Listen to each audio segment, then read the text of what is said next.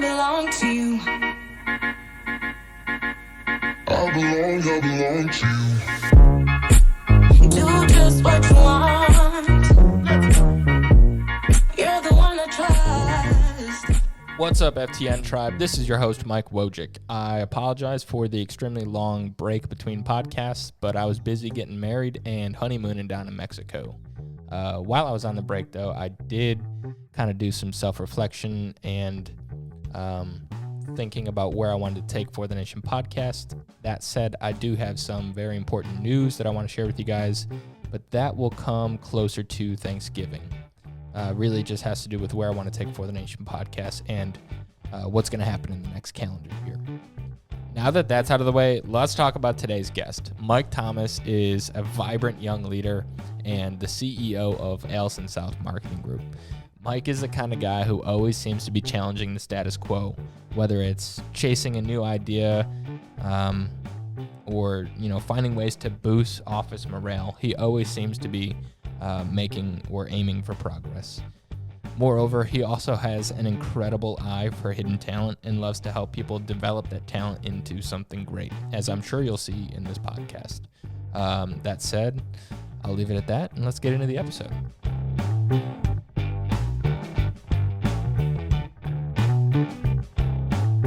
All right, Mike Thomas, thank you so much for coming, man. I really appreciate your time. I know it's you have a busy schedule being a CEO and all that, so thank you. Hi, welcome, man. Glad to be here. Yeah, absolutely. How's the Crown Sprite's good?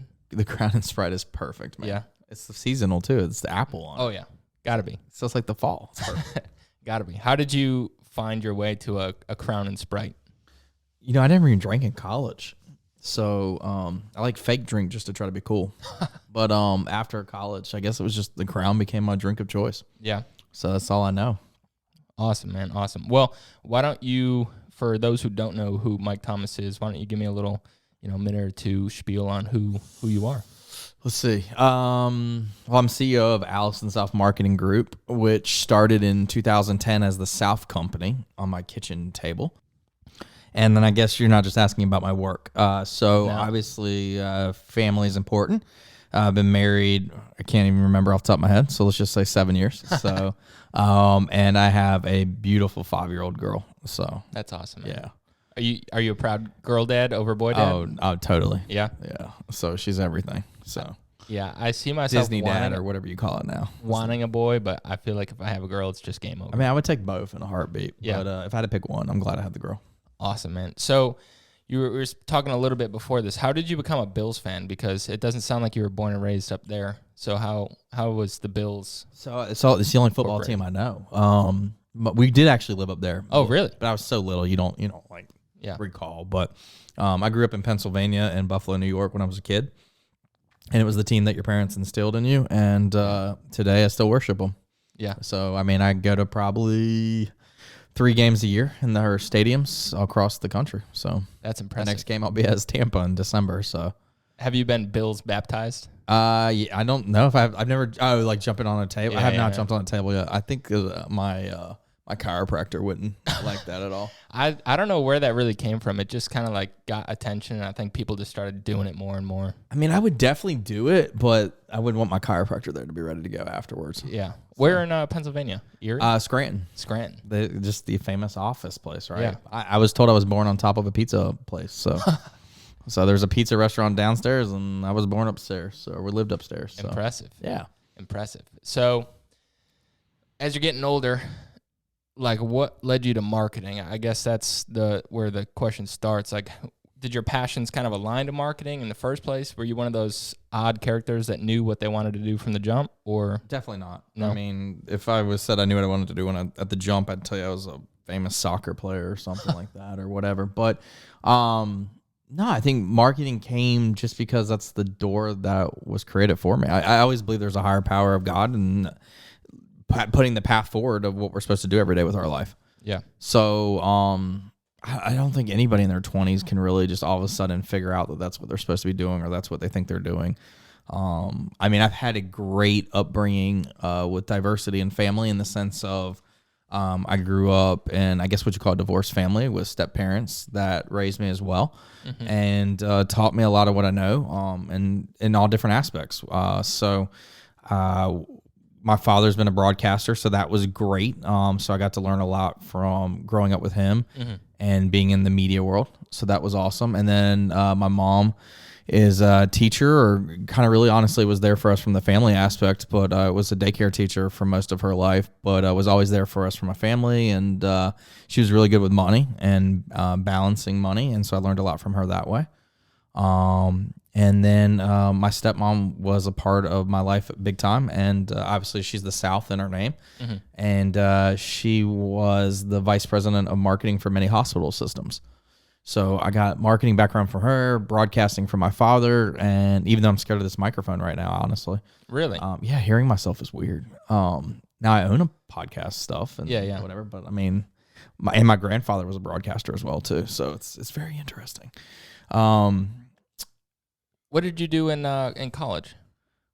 College. So what was your major, I guess? What did you study? Yeah, so I picked advertising marketing just because Cynthia South was somebody that had influence on me and said that would be fun, and the PR school, the journalism school, like my father was a broadcaster, so it was just obvious like direction to go to. Right. And then but what I really learned was actually just going to work for them. So I got to grow up basically my father had a radio network, and every day after school or during school or between classes, I would go learn how to sell radio advertising and then eventually TV advertising. Cool. Yeah. So my 18 to 22, I was wearing like a tie to class. I was like a dork, but it worked. And I'd go out and sell ad packages after a class. Are you one of those that believes that experience is more valuable than formal education, or is it kind of, yeah, which I'm sure it doesn't go over well with college universities right now. But I mean, I think you have to have that balance. Yeah, absolutely. I mean, I feel bad for any senior that comes to me now asking for an internship. I'm like, I don't understand why you're now coming. Like, waiting 4 years into it. Like and I get that people need to get paid or earn money. I mean, obviously I didn't grow up with much, in the sense like I had to earn too to pay bills during college. Nothing was handed to me.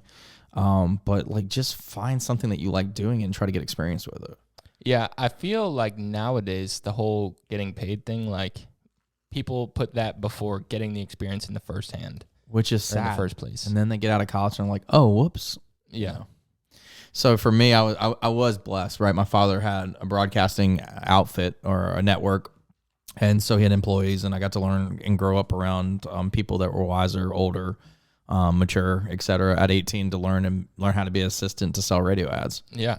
I doing my research. You did? Oh, yeah, I keep saying that, man. I'm like, I did my how much is on my see what's bio? out there. Yeah, what's out there? It's actually, it's kind of hard. Yeah, kind of hard to find some. But I found that you had a nationally, or was it just a regionally syndicated radio? It was pretty much regional. I mean, no, we put the word national out there, but we were regional. Yeah, that's still pretty cool to have a syndicated radio show. It was awesome. Yeah.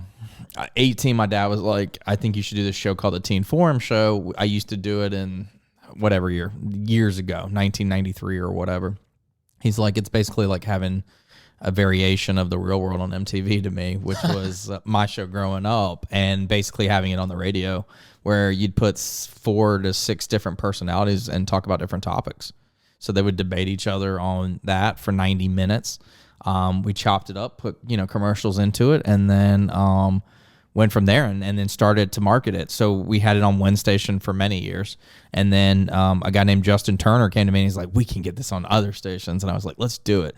And you can imagine we're 19 or 20 years old going into a studio at night, just playing around. So on Wednesday nights, we would stay up after the show was recorded on Wednesdays, or it was live on Wednesdays. And then we went and recorded demos and just started sending them out to people.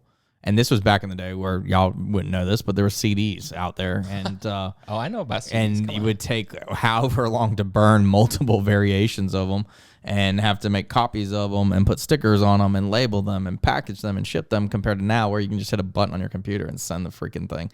So, man, we worked hard. I mean, like we would be up there late at nights every Wednesday, just producing the show, getting it out to the stations that did pick us up, and then trying to hustle to get more stations. Yeah. We got on about, I think it was 26, 27 stations at one point. That's so cool, though. Yeah, it was awesome. I mean, we didn't do it for money. We just did it because we wanted to get on more stations. Yeah. And we had fun, man. That was my college life. I mean, and I did that I did that radio show for right at 9 or 10 years.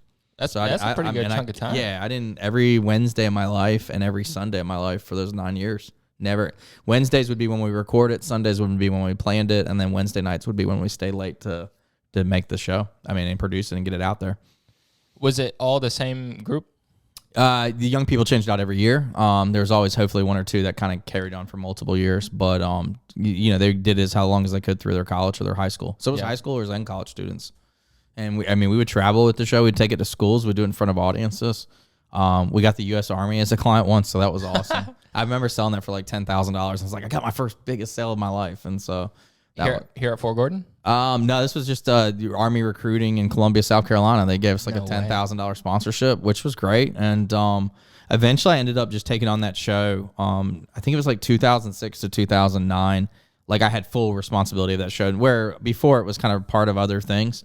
And so I had to learn to run that as a business, and that's where I lost a lot of money. That was my first business, and that's where I had my failures big time, as I still do now. But at least that one I learned from a financial standpoint. Yeah, and I'm sure in retrospect, you're probably grateful that you learned those lessons so young. Yeah, and I guess for your listeners, my best advice is if you did do what I did. So I put it on a credit card. Like I got 2 credit cards and racked them up, like because I didn't know how else. Like if I wasn't selling the show at the time, I still had to pay some bills, whether it be for the equipment or for the airtime or whatever. So I just kept putting it on a credit card. So it taught me a lot to basically really truly understand the business end of money, in the sense of, so I did go in debt, and when I closed the radio show down, I was probably $10,000 in the hole at least. And so I just paid the credit card every month for $100 and something a month, whatever the minimum was. Yeah. And I did that all the way through 2017 or 8. I mean, it was 7 or 8 years of paying that card. That's incredible. Yeah, and so I could have probably paid it off in 2016 or 15, but I kept writing the check of $100 and some a month, just to remind me of where my failure was before. And so that was kind of my advice. That was my teaching moment of like, don't just pay it off just because you have $2 or $3 grand left and you got $3 grand in the bank from now doing, the ad agency stuff. Like, still write the $100 check so you feel it. Yeah. So at what point did you start with Elson South Marketing? So South Company came to started at fruition really January of 2010. It was an idea in November 2009. And that became South Company from a kitchen table. So it's Cynthia South and myself. And it was awesome. Like, she came to help me out. I had one client come to me named Chandler Law Firm, who's still a client today. And this is a 12-year relationship almost. And he's like, hey, I want you to do my marketing. And I was like, I'd love to do it. In my head, I was like, how do you do this? I'm 27 years old. Do you feel like what do they call that? Imposter syndrome? No, what does that mean? It's what you're saying. I'm pretty sure imposter syndrome is when you want to do something, but you refrain from doing it. The word for the day is. Yeah. But you refrain from doing it because you feel like you're not supposed to do it. You're an imposter in those shoes. So I've always been like, I'm going to do it and then figure it out. Fake it till you make it? Yeah. When he came to me, I was like, this is awesome. I'll make $200 a month. This is what exactly I need to be doing to earn more income. And, and I was working a full-time job, and I obviously didn't quit that for a while, but right. I was like, if I just make $200 more a month, this will be the greatest thing ever. I didn't know I was going to become who I am, or at least part of who I am. Or give me opportunities to give back to the many things that we have because of it, or have a team of people. I think we're at 50 people now. That's insane. And the other ad agencies in this market don't even have but 20 something people. So, we've built something as a team together, and it's been awesome. Yeah, and you're continually growing. You guys just acquired the podcast guys, Augusta Podcasts. Right? Yeah, so they're I'm an investor into them, so they let me be a part of their cool team, and we're just helping them grow it to try to make it a turnkey where we help people make their own podcast shows or their own studios. Yeah, and then also South Content, right? That's what James. Yes. Connected us. So currently I'm I guess you would call it partner or co-owner into multiple companies. So I have Allison Self Marketing Group, which is the ad agency that most people would know. And then behind the scenes, I have a digital company, partially a partner with a digital company, a video content company, a promo company, and a podcast company. Jeez, a lot of hats. And I'm trying to think what else I'm missing. And then personally, I have a company that I'm starting to work on right now for me to give back to young people to kind of build their businesses. Interesting. And I invested as of just Saturday in my first one. So That's impressive. which has nothing to do with marketing, which is really cool. So I'm now helping young people in Greenville, South Carolina, start up a speech therapy company. So, That's awesome. And I gave them a sizable check to start their business and grow and help them, guide them as a mentorship program. Yeah, that right there speaks volumes to me personally. I think mentorship is something that's kind of fallen to the wayside in the last, decade or so. And I think it's so valuable to do it. Yeah. Honestly, like for me, if this goes, so it's called Tabletop Ventures because I started from a table. So I thought, and I was surprised that the name was available. My goal is every year, if I am successful in these other businesses, that I can put money aside to then maybe have young people write in about their business ideas, and then I hope to choose 2 to 4 a year that I can help mentor. That's awesome. And again, some financial things to help them get going. Maybe it's $5,000, maybe it's $10,000 to kind of help their idea go. But in the long run, they would have to do their homework along with me, meeting with me on a weekly basis, that kind of stuff. That's what I was going to say is the most important It's not part. just I'm writing a check and walking away and laying, thank you, I'm Shark Tank, thank you for my 15% Kevin Leary, whatever. Yeah. Like it's now I'm going to work with you every, week or every other week to go, okay, these are things you need to be doing along the path. Or these are things I see. And again, being 39 now and doing this for 12 years, like I've failed and still fail as of probably today. But like I can see the things that I can help avoid for them and get them to move in their business along faster than I probably did. Do you think the areas in which you fail change as you get older and get more experience? And it's been harder, especially in the last 2 weeks. But in general, like I think they definitely change from financially, like the consequence you make or the mistake you make costs you X more. But I mean, it still goes by the same principles of like, people, process, and making sure we have the right people for the purpose too. So I'd be willing to, I'd make a claim that I think you're more people oriented and business is like the vehicle in which you get to experience people and help people. Does that sound right? Yeah. It's interesting. People I'm definitely, what I really love about what I do every day, first and foremost, is the clients and who I get to work on. Right. Because I can sit here and go like, wow, I was a part of that. Even if I was like 10% or 5%, whatever the client's going to give me credit for. Like I was a part of that growth, or I was a part of that like shaping of the internal process for them of like, now their team is on board with this message or this feel. Or that brand. I mean, we represent some amazing companies that are number one in this market for many things, or number one in Florida or wherever. Yeah. And it's just cool to be a part of that. And granted, they're local businesses or regional type businesses, but I mean, we're a part of that. And so that's my thrill of every day. It's different to help a client grow. It's kind of like when I grew up, I guess you asked me that question. I was like, I want to be Jerry Maguire. Like, I want to be a sports agent. Well, I kind of feel like I'm a sports agent, but I'm like a marketing agent for all these people, which I am. And, I get to watch them grow. So I'm not doing like some sort of football deal at the end of the whatever, but it's my variation of it. Yeah. Do you view everything in the lens of marketing now that you're a CEO of marketing? Like, do you look at a business and you're like, wow, I can help them do this by doing X? Like, is everything through the eyes of a marketer now, or is it more of a how would I run that business? Yeah, that's what I put myself in their shoes and go, what could they be doing differently? Yeah. Especially on the mentorship side. Yeah. But I mean, from a business side, I think marketing is just one aspect that we're involved with. What do you think most entrepreneurs are lacking now? Hiring people. I mean, people is their biggest issue right now.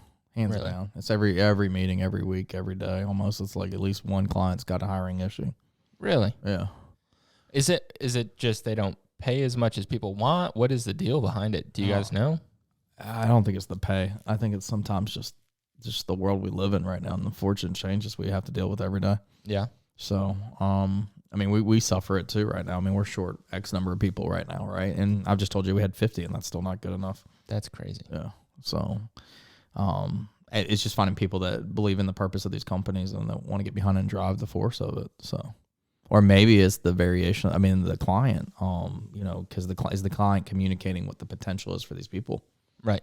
When you're hiring people, are you looking for like hard skills, self-starters? Like, what's the common trait that you're looking for when you're hiring people? They don't let me go to the interview process anymore because I'm just like, I like you. And I'm like, you're hired. But just right away? Nah, that's who I was probably like 3 or 4 years ago. So they kicked me out of the room. But for me, it's just people that have a purpose and a drive and are at least smart enough to want to learn. Yeah. And are obviously carry themselves well, or professional, or can be a great person for that client. I mean, that's how I look, but I'm sure my HR person, Lori, does a way better job than all those qualifications than I do. But at the end of the day, I mean, like, I just want like, I love seeing people that have like a purpose, but they don't know how to get to it. Yeah, that's Like, if I could just do that every day, that would be awesome. what is that? A life coach? I don't. I guess it's more Life coach is a bad term. It's kind of gotten but I think twisted that's now. like counseling, but without the action. Like, Yeah. I think it's almost like I want to be there with the action item too. So I think that's where like the mentorship comes into play. See, this crown's kicking in now. But the mentorship's coming in. You know, it's making sure they stick with it, because it's not easy. Yeah, I was listening to. I'm not sure. It might have been one of your Chamber of Commerce presentations or whatnot. Scary. But Is it good? yeah, it was good. All right, good. It was good. I think it was the one about reviews, reading like online reviews. Okay. With Aiken. You really did research. Oh yeah, Dang. I take it seriously. Yeah, that's awesome. I want to learn. That's the whole point. Like, that's the guests that I have on have some sort of passion about what they do and a purpose, and I want to learn from them. That's awesome. But you were saying how like you had. Oh no, you know what? It wasn't a Chamber of Commerce with Aiken. It was the Gerald Jones, Columbia County, Okay. and Driving the community. I Yeah, remember that. Okay. And you had said that like you had trouble at night just because you had so many ideas running through your head. Yeah.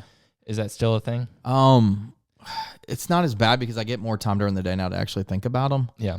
Or like to put it into action, or at least, start to create the idea in my head more during the day. But, no, I mean, I think you're always trying to improve or always trying to come up with the next idea or.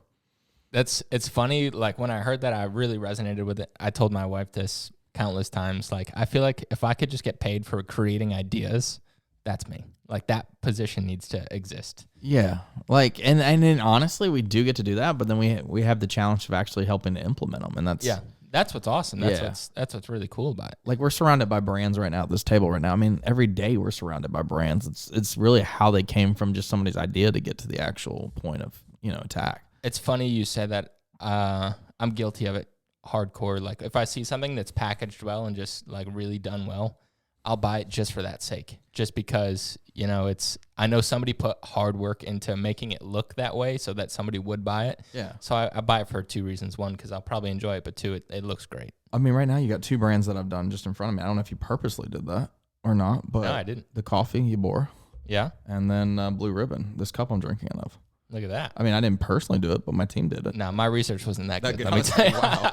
But I mean, right? I mean, this cup's got multiple logos on it, so obviously it just happened to be. But I mean, that's again, but it's how to take that brand now from just all right. Somebody can design something really great, but now what do you do with it? Yeah. Or how do you create the culture or the company it's going to be now? Yeah, I think that's super important. You were talking about branding in one of your little episodes, and I was like, yeah, branding, it seems like one of these things that gets underplayed. It's where what's behind it? Like, sure, it looks good, but what is behind it? And I think that's something that you just kind of highlighted right there.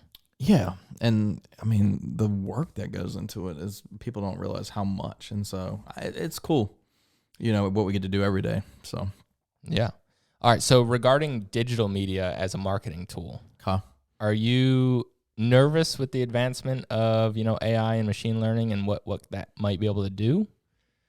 My best answer is I trust my team to make sure that we're on the cutting edge of that. Yeah. I can't know everything. No, I don't think you can, but it gets scary. I mean, if you asking me, I enjoy the human element, the human touch to things. Yeah. So I'm always going to lean towards a human experience. I mean, from a marketing side, I still think we're years off, especially in this market or any market that I'm involved in. But yeah. But I mean, I think, is it scary? I'm like you. I prefer the human interaction. So I just think it's more personal. I mean, even the Zoom thing this last 2 years has been interesting. I don't like it really, if I'm being completely honest and candid. I'm in the same boat, man. Yeah. Yeah. But we all work at home now, or some people work at home and that kind of thing. So the world's changed a lot for me. Has that creeped into like your effectiveness of employees or efficiency of employees, productivity maybe is a better word? I can't judge on productivity yet, but from a standpoint of like culture, like that's the request. So yeah. I think we now offer a work at home day between Tuesday and Thursdays now. Is it hard to maintain the culture? So again, from what I've seen, Allison South has one of the best cultures that you could possibly have regarding, having your business. I think last year you were voted Carolina's best or something like Yeah, that? One of the best workplaces? we were in number 8 and 10 in the last 2 years, which is awesome. But I mean, it's been hard. I mean, as you grow, it's harder. I think finding people that can take more ownership or step up in the different ways inside the company and that want to will make it continue on the success of it. Yeah. When it was, I remember we used to do things called Freestyle Fridays, which was every Friday, every employee came to have lunch and you would throw up clients' names and shoot out ideas and all that kind of great stuff.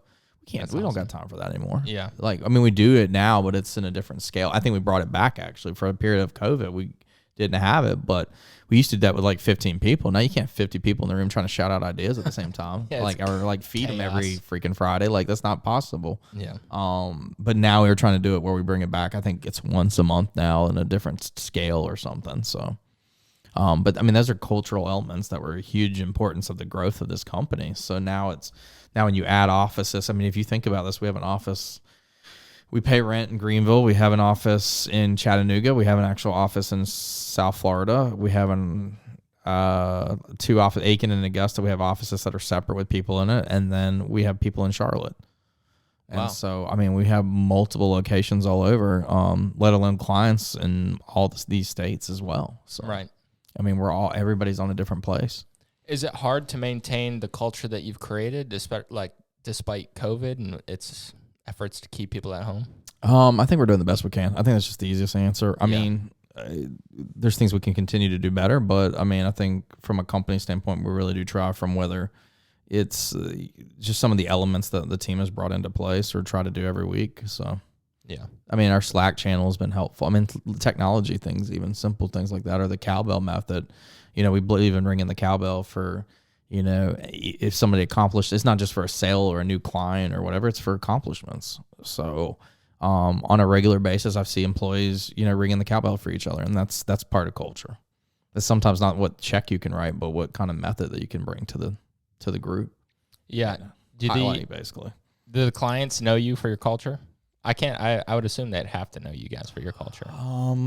Yeah, I mean, I'd love to hear it from other people. It's hard. Like when you're in it every day, you don't actually think about what the others are thinking about you, which is interesting because we're the ones that get hired to look at other people and what they're truly, you know, people are saying about them. But it goes back to having the time to look at your own self. So, I mean, we have coaches and, you know, mentors as well for the company that give us advice. So that helps. But it'd be interesting to see what the perspective is. What is easier to develop a strategy for? Would you say startups or like legacy businesses? That's a great question. It's just something that I thought about today. It's almost like two routes to it. Like, because you could so invent the company, wheel or try to reinvent the wheel. Or like a company that's been around for 10, 15 years that need to like stop and like let us look at it. And then like, we see 15 things written on the wall right now that we would fix tomorrow. Right. Those, I mean, at least it gave us a start, like a point of looking at, or if you're doing a startup, I mean, we know the steps to go to get you known. It's harder to do it with startups because of funding, I would probably say. Really? Than a legacy client that's got no problem. They already are spending the money. They're just not spending it correctly. So I would actually say, I guess my best answer is going to be legacy because because funding is key, especially, I mean, we could have 30 or 40 ideas, but really you might only have the funds to implement one or two. But a legacy client's more than likely going to be like, I've been doing this for 15 years and I already spend X per year. Just take over for me and make it better. And we know we can. Right. So that helps. Interesting. It's a great question, man. Yeah. Well, I try. Yeah. What, with regards to startups, I mean, how do you, as somebody who has a small business and obviously has limited capital, how do you implement strong branding and marketing? Well, no matter, it's really just consistency at the end of the day. Right. I mean, whether you have $10,000 a year or $100,000+ a year, I think it's just how you consistently brand yourself or put the feel of the brand out there. So it's just how you implement it, how you get it out there, what you say about it. Don't change colors on it. Don't change fonts. Like, keep consistent is key. That's something that's so like easier said than done. Yeah. Like just from having the podcast and like managing an Instagram, which is something I never thought I'd ever do. Yeah. It's kind of hard. You're like, man, I feel like they all look the same, but like hearing you say that, and just from what I've read, it's what people like is they like the consistency in things. Yeah, and like if you're about the community, then be about the community. Don't just say it. So just I mean, like it doesn't take money to volunteer. So I mean, there's a lot of times where people are like, I just don't have the funds to do this. Well, then you have the effort of your energy to do it. So Yeah. I mean, again, if anybody was listening, they're like, man, you just started this thing from whatever, you made all this money. Like, no, the answer is no. Like the first years, multiple years, I did this from a kitchen table as a side hustle. Like I remember when I wrote my first $200 check after 2 years. Like, I mean, granted, I make $200 mistakes every day now, but like I remember that $200 check, Right. back then of when I actually paid myself that. And so like if you put it, but I put in, even today, still to this day, I probably still put in, I don't know, 2 to 3 hours Sunday through Thursday every night into my job still, after doing whatever 50-hour, 60-hour week. So, Wow. And you could say, well, you have 50 people to do it. Well, that's true. But I mean, I'm still taking pride and ownership of the things that I have, and I want to see them succeed, or there's things that I lacked on getting back to people on that I need to still communicate or follow through. Yeah. Or help double check something. Yeah. If I could touch back on social media real quick, social media feels so crowded. How do you, like, to somebody who's starting up, how do you get your voice heard? It's so hard. It's incredibly hard. It's a hard question. I mean, it's kind of like I think you got to figure out what you're going to put out there as the message, and if you're going to come up with a PR tactic to kind of be like seen or done differently, or, I mean, this day and age, I mean, you pretty much have to use influencers to help build yourself up too. Yeah. But if you're a general service business, you're not going to go get an influencer. So I mean, if you're a restaurant, maybe it's a little different, or a retail store. So it just depends on the field. All right, so I want to talk a little bit more about being a CEO and being a business owner, especially in something that's grown as fast as y'all have. Don't do it. Don't do it. Well, that's kind of what I was going to say. What is it like being the CEO of a growing business like that? I mean, It's just a title. It doesn't matter. that needs to be said louder for the people in the back. It's just a title. It doesn't. I mean, it is. It's a title's stupid. And you only earn it if you. I mean, it's what you do the next. You're only as good as what you did the day before. Yeah. And then the day you're going to do the next day. So, so go back to your question. I apologize. No, I got confused. What was it like being what is it like, I guess, being the owner of or a CEO of a company that grows as fast as y'all have? Is it? It's weird being asked the question. I'm so used to asking everybody else the other questions on the other side.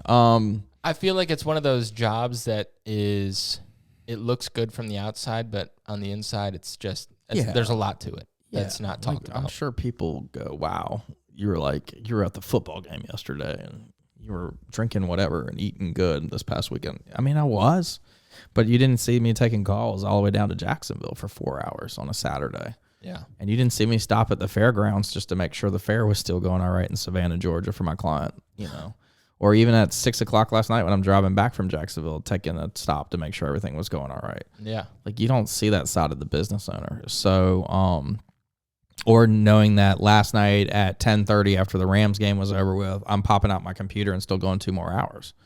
So, and I'm sure there's many CEOs that don't have to do what I do at this moment. And maybe I don't have to do everything that I do. It's, self-afflicted, but, it's hard. I mean, it's hard, but it's rewarding in the sense if you really enjoy watching other people grow around you. Yeah. So, I mean, like to see the people that are on my team and see how far they've come is awesome. And having the right team is such crucial to that. So, yeah, I've heard really good things, not to kind of toot your horn here, but that's something that James kind of said off. But look at the him. microphone. He's a great example. He was like, he really champions me and helps me grow. And that's so important. I think that's a really valuable trait as a leader too. Yeah, I appreciate it. But to watch him grow, I mean, he's what, 23, 4, 5? I don't know anymore. But to see where he was going to, what he was doing on his own, but then what he could do now with the help of a team. Right. And the right tools. And now he's running potentially almost a $500,000 business. Yeah. I mean, at what? That age? Like, that's unbelievable. Now, he will grow to learn how to run the business more, which will take time. It's not like I learned what a P&L was right off the bat, or now what, your cost per whatever cost you and all this kind of stuff. But over time to watch somebody develop that, but if they don't get mentorship, they're never going to go that path anyway. Yeah. So that's what's cool, man. That's the everyday for me. I mean, of course, the client part is important, and that's what we do. But from a CEO role standpoint, the client doesn't matter. The client doesn't matter that I'm a CEO. They matter that I'm their account manager or I'm looking over their thing. At the CEO level, it's just what you can do for your team. Yeah. What do you think are some of the most like important lessons that you've learned within the context of leadership? Probably to stay out of some things, which I haven't done well with, but I'm learning. To allow others to do what they're good at and to stay out. So that'll go back to that. To help motivate, and I guess what people would say from a leadership standpoint, which I've done well with, is to find what people's talents are and try to pull it out of them. I think that's what being a leader is, my standpoint for me. Now, my partners or other people, they have great skill sets that would explain what their leadership is and could pull out the balance, hopefully, with me. But I think for me, I can see something and then go, this is what that person should be doing and how they should do it. And not maybe from a process standpoint, but from like a how to grow it standpoint. Yeah. Or how to be better standpoint, and or what role they should play. That's where I think my strength is. Yeah. What do you think is some of the most common characteristics among successful entrepreneurs, or just, I guess, clients or people that you've met? Like, what makes a good owner? My opinion is you're willing to do whatever it takes. Meaning, like, it doesn't matter to you if you have to sweep the floors or take the trash out. And nothing's beneath you, and you're willing to put in the time and stay consistent with what you're doing. Yeah. That's my opinion. I mean, I would love to hire people that have said, I got hired for this job at my other company, but I also helped with these other jobs because people were out, and so I jumped in to help. Like, I'm looking for somebody like that all the time. So yeah. I think an owner or CEO has to be able to willing to learn everything too. Well, I think it kind of goes back to what you said with regards to being a CEO. It's just a title, right? I mean, the work that circumferences that is going to be more grand and vast, and you do have to sacrifice your personal stuff for everybody else, and you have to be willing to do that. And I don't think that's said enough either. But I mean, I would say that a common trait between a lot of my clients and CEOs or business owners or whatever, we all have to sacrifice for others. And if you don't have that mindset, you can't take on that responsibility. Is time the biggest sacrifice, you think? Yeah, I mean, I've missed a lot in the last 10 years. I mean, yeah. I would love to have back, and now I can say, all right, I'm going into 2022 and I'm turning 40, and these are my goals now personally, but in my 30s, I couldn't have told you that I went with a group of friends to some sort of like 1 week trip or something like that. Or, I didn't go to like, this function or that function or miss this performance or that thing because I had to work. So it's all worth it. I'm not complaining about it, but you have to be willing to know that was part of it. Yeah. I want to kind of move a little bit more to Ellison South. It might just be you in general. But I, again, doing my research, noticed that you're involved with a lot of chambers of commerce. Yes. Huge. Why? Because it's the most important part of your community. Yeah. I'm not trying to talk down. I won't even get into a sales part. Like for me, like chambers in general, or just community service in general, I think we're put here for a bigger cause, and I think we need to be. The chamber thing's a whole different thing, but like let's just say in purpose, like when we hire people, we want people to be involved in different community aspects. Mm-hmm. Whether it's volunteering at this organization or giving back for this or whatever it may be. Like, I think you're here for a bigger purpose than just a 9 to 5. Now, chambers in general, I mean, they're the ones that help us with our whole entire city, our counties and everything. So without them, I mean, they're the growing backing force. I mean, what Columbia County's done has been amazing. What Aiken's done, I mean, I could talk about all our different chambers that we're involved in. I think we're involved in probably 10.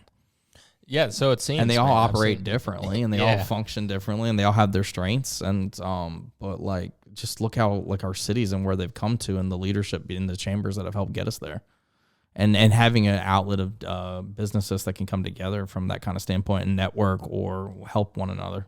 Yeah. So is that the main function of a chamber, is to kind of, I guess, help aid progress within the community?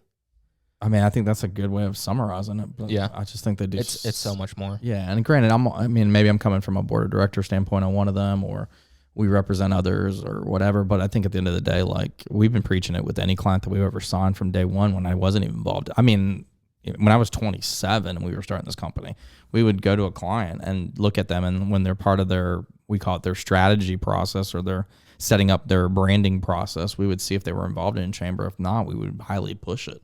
Yeah. Because we wanted them to have that tie-in back to the community. So, I mean, I've been doing this for 12 years now, and that was always like a forefront of like these clients. If we were going to work with you, you need to be involved in the chamber, or you need to be involved with community, which has kind of been a core value for us.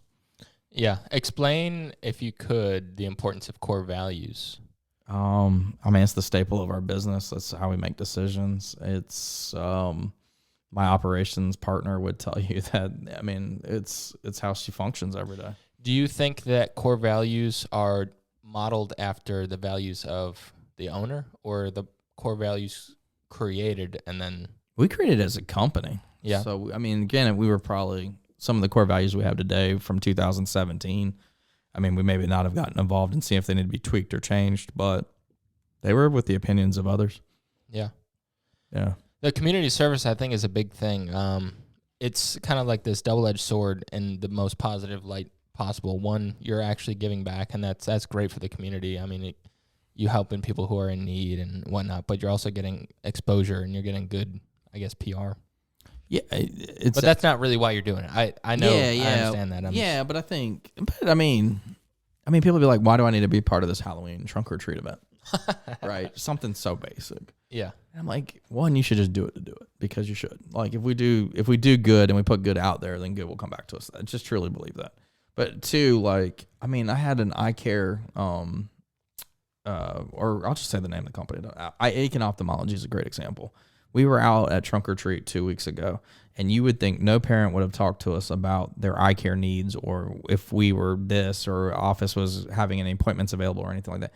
We were just there to hand out candy to kids and give back, and we had lots of questions about eye care. Really? Yeah.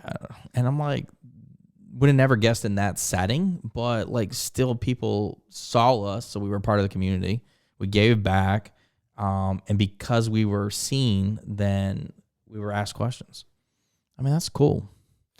When you do people kind of look at you, like, who maybe aren't involved with chambers of commerce or just involved in the community? Do they kind of look at you side-eyed when you say that, like you should be involved?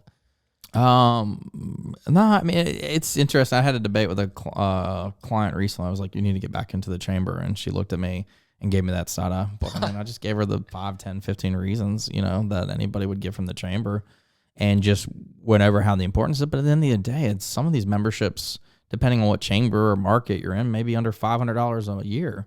Yeah. Like, if you can't put aside $40 a month, then don't even, let's just say it is $40 a month. Don't run a business.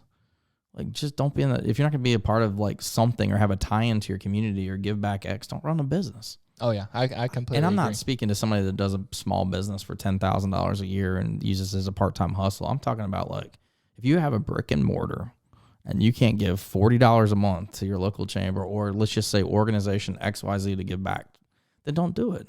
I would sit there and look at the client and tell them that all day long. Yeah. So if I could quickly share a story of mine. Please. When I was going through high school, we had this program called the YEA, Young Entrepreneurship Academy. I don't know if it's down here yet or whatnot, but what city was that in? That was in Rochester. Okay. Rochester, New York. And the whole point of the curriculum was you developed a business plan, started a business, you went to the town hall or whatever, you submitted your DBA, and essentially you started a business from ground up. And one of the first field trips we did was we went to a Chamber of Commerce meeting. Okay. And you kind of get to see behind the scenes of what goes on in the community. And that was, to me, one of the coolest experiences, because you see the faces of the people who are, like, essentially running the infrastructure of your community. Yeah. And so it's a really cool, like, thing to see that. And actually, at the end of the program, you do essentially like a Shark Tank type thing. Yeah. Yeah, you have like a 30-minute presentation about your business, and then you ask for money, and then it's local members at the Chamber of Commerce will actually literally give you the money to start your business. Yeah. And it was really cool. We actually had that in Aiken, actually. Really? Yeah. And so I remember a young man that got started on his shirt business or clothing company or whatever. And I think he did really well for a couple of years. So that's so mine started off as, it was called Robust Fitness. Some of my friends will know. But it started off as like an after school. If you were overweight, it was like a just like some sort of fun activity that wasn't ever done in gym class anymore, like kickball, something like that. Just something to get you outside moving. And be like a member of kind of thing? Or like you Yeah, pay it was a dues or member whatever? of. I was gonna start with like the high school, middle school, and then eventually I wanted to get towards the younger kids, and that was when Michelle Obama was in office. Her whole big push was Yeah. the childhood obesity. So I was like, oh, this is clutch. Like this is gonna run in, just be great. And it actually turned into I bought a silk screen and like the conveyor dryer, all that, and it ended up turning into like a t-shirt business. Okay. And then that was really cool. I got to make t-shirts for the school. We're bringing back robust fitness. Yeah. No, it's funny. My buddy went to college maybe 2 hours south of where we grew up, and he found a Robust Fitness shirt at a Goodwill. Heck yeah, man. And I was like, that's kind of cool. I remember I mean, my it's Team Goodwill, Forum but- shirts at Goodwill. Hey, it was good. I remember those days. Yeah. But again, man, I think it does go back to, those who give end up getting. And if you give with a heart that you don't expect anything in return, I think it comes back tenfold. Yeah, I mean, just what we did for our healthcare workers here in Columbia County during COVID was amazing through the chamber. What Aiken just did recently in the news on Friday in the Aiken Standard with what they did to help save downtown, in my personal opinion, is amazing. So, I mean, it's just, but then again, you can't always know that your $40 went to that every month, but that's what's Right. the secret of some of the stuff that's going on behind the scenes that, Yeah. well, I don't think it's a secret, I guess what I'm saying, but like you just need to look at that's part of how you're helping to get the word out or helping, it's more, I guess I'm saying more than helping to get the word out, but helping the chamber follow through or to be there as an advocate for the city. All right, I kind of want to just briefly get back to marketing real quick. What are some common misconceptions about marketing? Big one that I saw, I don't know if you've seen this. I watch a lot of podcasts and listen to a lot of podcasts. Oh, it was The Wolf of Wall Street. What's that guy's name? Oh, man. What is his name? I forget. You know who I'm talking about. Yes, of course. Jordan Belfort. That's his Jordan. name. I was about to say Jack. He but had yes. that Grant Cardone guy on the podcast, and he says, like, can you say the difference between sales and marketing? And at that time when I heard that, I was like, I don't know if I can. So, like, what are some common misconceptions about marketing? That I think misconceptions about marketing. I think people think if you market, it just guarantees you business, and it's just one aspect. So I think that is I'm not saying if you don't market but it's more than that. Like it's how you're gonna bring the people into the door, and then how you close the deal, and how the sales team works, and how all that stuff happens inside the company. So I think that's a misconception. I think if you spend a lot of money, you're automatically just gonna get a lot of people to buying your stuff. That's also a misconception. Yeah. Is this... You don't have to spend a lot of money in marketing. You have to just be smart with the money you are spending. Yeah. Are you a believer, I guess, is it effective marketing strategy? Is it better to be more niched down or more, I guess, like taking as many layers as you can off the onion to get to your target audience? Yeah, I mean, that's what we'd say to focus on, especially with some of our clients. We just don't have that huge funding, right? Yeah, yeah. So you kind of give them... So we have to be smart. Like if it's 25 to 35, we're not really trying to go after the 35 plus, but we're trying to focus. And then they might say, well, I didn't see the ad or I didn't hear the ad. I'm like, no, really. Like obviously, because you're not 35 or in 25 to 35. Yeah. You're in your 50s. So of course you didn't say it. We did our job. Like we're trying to get more of that younger, whatever, in the door or whatever it may be. So, yeah, you got to be smart. It's just where you target and how you target. And then also, I guess a misconception is I don't believe in placing it all in one place. So you'll be surprised, and businesses today still spend X at the one place of their whole entire marketing budget. Mm-hmm. I think you got to be diversified. And again, it goes by percentages of how much you're going to put in the community too. Like I would say that 10% of that marketing budget is community efforts, and X number percentage, 30% is on digital efforts. Like you have to be spreading it out. You got to have branding as well. So you can't just market digitally and go, okay, that's going to be everything when you're not telling the story through your brand. Something that I've noticed as of lately, I feel like it's when it turned 2020, people just started side hustles like crazy. Yeah, definitely. What are some things, I guess, quick little one-offs that you could give small business owners, like that small type of business owner, regarding their business and marketing, and what are some common practices that might do them better? I mean, always trying to improve it every week and take a look at it and do an analysis internally, even if it's just you as one person, just going, what did I do last week? What am I doing this week to improve it? How am I going to continue to get it out there? I mean, if you improve every day by 1% in 100 days, you're doing pretty well. Yeah. So I think that's always been advice to me is like, you're gonna have, and every time you fail or don't have a good day, look at the positives.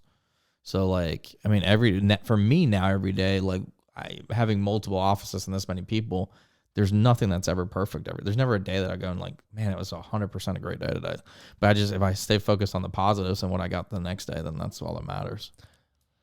Another thing regarding small business, I know it kind of seems like it's a topic. I didn't mean it to be like that, but Dun dun dun dun.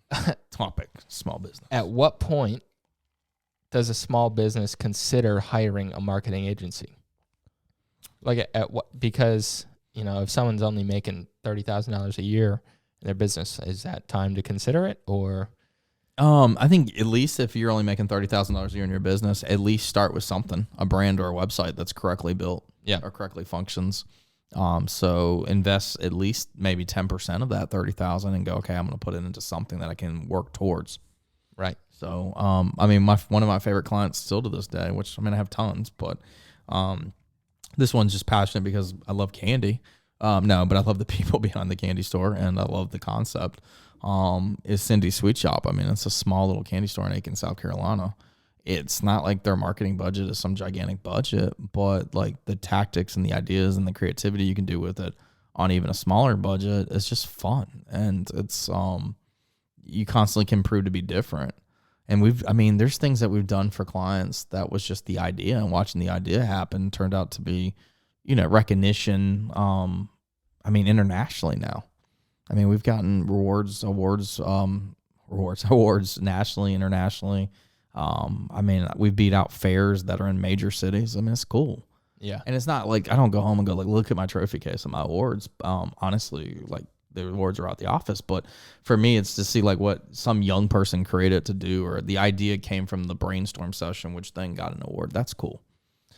What do you I'm not trying to put you on blast, but what do you think is the best award that you've received in your eyes? Good one. I think the fair ones have been just really special. I didn't understand the fair business, and I was brought into it through a door of good people, and they let me get an opportunity in 2012, and I've been in I would say fair marketing business for at least 9 years, and help anywhere between 4 or 5 fairs a year right now. So wow. Just winning for some of that stuff has been fun, because it's neat to see like in the national spotlight, like you'd be like, oh, the fair in Chicago, like look at their marketing. And then you're like, look at the fair in Aiken, South Carolina, and what it blew you out of the water. And we had a budget of like, 90% less, or whatever it may be. Yeah. And you're like, look what we did with that 10%. And we beat you in so-and-so Texas and Chicago. Like, that's cool. Yeah. Or our video quality was way better than the blah fair over here. Like, that's neat to see. I'm like, that's a proud moment when you can do that from South Carolina or Georgia's. We're not the largest city. No. We're a B market, or if you're talking about Aiken, I don't even know what we rate in the market.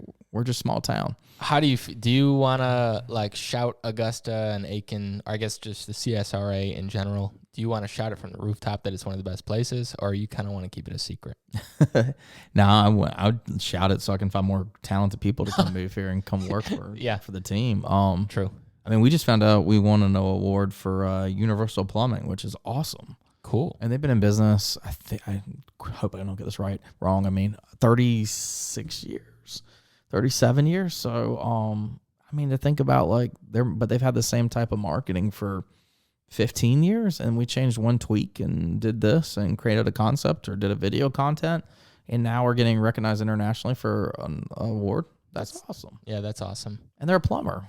Like, plumbing is not supposed to be like cool, like, but now it is. Now you can say, like, we took this plumbing company. They've already been successful before us. We just added our tweaks and ideas, and now we get to be a part of that. Yeah, I think one of the coolest things that I'm jealous of that you get to do is on a daily basis meet new people and get like involved in businesses that you otherwise would never, like plumbing, for example. Yeah, and then to sit at a table and they all have this like plumbing company, whatever, or so-and-so this company or so-and-so, they all have the same struggles. We all do. Maybe it's just differently put or financially different, but they're still the same things, processes, people, etc. Yeah.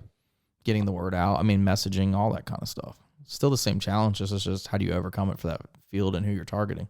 True. Well put. All right. Last question. If you could change one thing regarding your ownership style, or like just being an owner in general, what would that be? just don't make it about you. Yeah. Make it about your company or what you believe your company should be. And then always be creating a vision of where you see it going and then go after it. And then when you get there, I definitely still stay in second place. That's in my head. It's weird, but I always have gone, I'm still in second place. And I know my business partner makes fun of me because she thinks you're like, oh, you still live like you're still a small company. And like you're a multi-million-dollar company with all these other companies and all these partners and employees. But I still like, even when you say today, like next week, we'll get 4 awards and we'll have this high achievement and all this great things. But it won't hit me to be like, let's slow down or stop or like, congratulations. And you should just like that. It's like, keep moving. Yeah. I'm like, to me, still in second place trying to figure out what the next thing is. And that's always been my drive. So keep hustling, keep going, and keep going after what you think you're supposed to be doing on this planet. So that's awesome. That's deep. That was good. That's right? a good. That's a good answer, man. All right. Why don't you take some time, however much time you need, and plug everything that you want to. Let people know where they can find you. All right. Yeah, that's awesome, man. Allison South Marketing Group, again, multiple locations across Georgia, Florida, and North Carolina, and of course, good old South Carolina. But yeah, you can find us on, if you're local here in AugustaMarketing.com, but AllisonSouthMarketing.com, or AllisonSouth.com. And again, appreciate just being on the show. Of course, I'm learning about the podcast business even more now. So yeah, I got to give a shout out to my Augusta podcast group. So great guys, David and Chris. We just had a meeting a couple hours ago. So doing great things at helping people create podcast shows. So yeah, and then well, you want to plug everything? Yeah, please, man. Just shout out to James Aycock because he's a freaking talented man. He and, puts the Energizer Bunny to shame. Gosh, man, I don't know how he does it sometimes with his energy. He's always like in a good mood. So yeah, I'm like, he's still in year 2 of business, so he'll be there. But now shout out to him on South Content as well. So appreciate it, man. This is awesome. Of course, man. Thank you again for your time, and go Bills. Yeah, go Bills, man. Bills.